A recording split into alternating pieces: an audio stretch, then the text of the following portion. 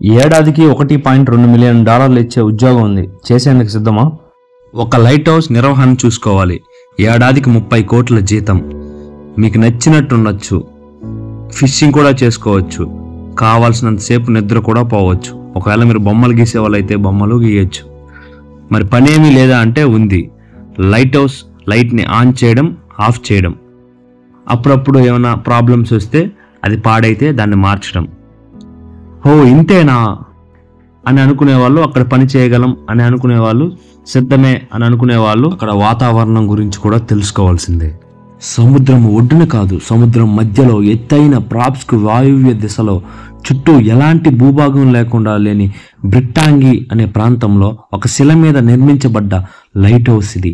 పలకరించేవారు ఎవ్వరూ ఉండరు, కానీ తుఫాను ఛాయలు ఇట్టిట్టే పలకరిస్తూ ఉంటాయి. ఇదే జుమాన్ లైట్ హౌస్. సముద్రం మధ్యలో ఒక శిల మీద నిర్మించబడ్డ ఎత్తైన లైట్ హౌస్.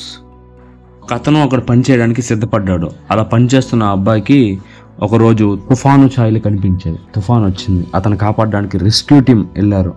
అప్పుడు తీసిన ఫోటోలే ఇవి. చూడడానికి చాలా భయంకరంగా ఉన్నాయి. సముద్రం మధ్యలో ఈ లైట్ హౌస్ నిర్మించడానికి కారణం ఏంటో ఇప్పుడు తెలుసుకుందాం.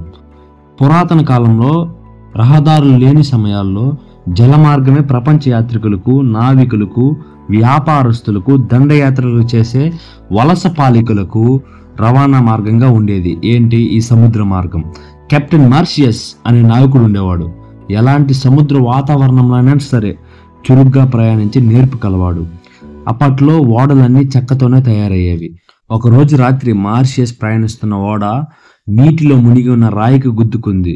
అప్పుడు ఆ ఓడకి అడుగున రంధ్రం పడి పడవ మునిగిపోయిందనమాట, వాటర్ పైకి వచ్చి.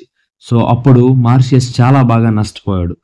అప్పుడు మార్షియస్ చాలా బాగా కూర్చొని ఆలోచించి ఒక పరిష్కారాన్ని వెతికాడు.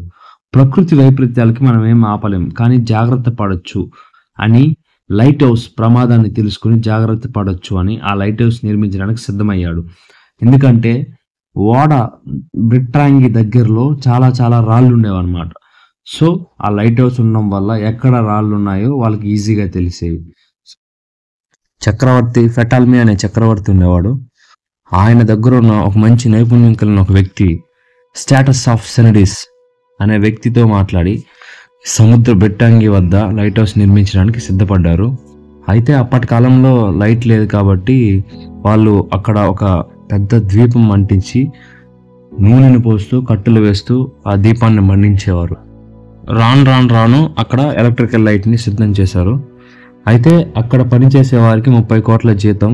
కానీ ప్రాణాలకి తెగించి అక్కడ పని చేయడానికి ఎవరూ సిద్ధం చేయట్లేదు. ఈ వీడియోకి ఇంతే గాయ్స్. నెక్స్ట్ వీడియోతో మళ్ళీ కలుసుకుందాం. మీకు వీడియో నచ్చినట్టయితే లైక్ చేయండి, షేర్ చేయండి. మరింత నాకు మోటివేషన్గా ఉండడానికి సబ్స్క్రైబ్ చేసుకోండి guys. Thanks for watching. Have a nice day.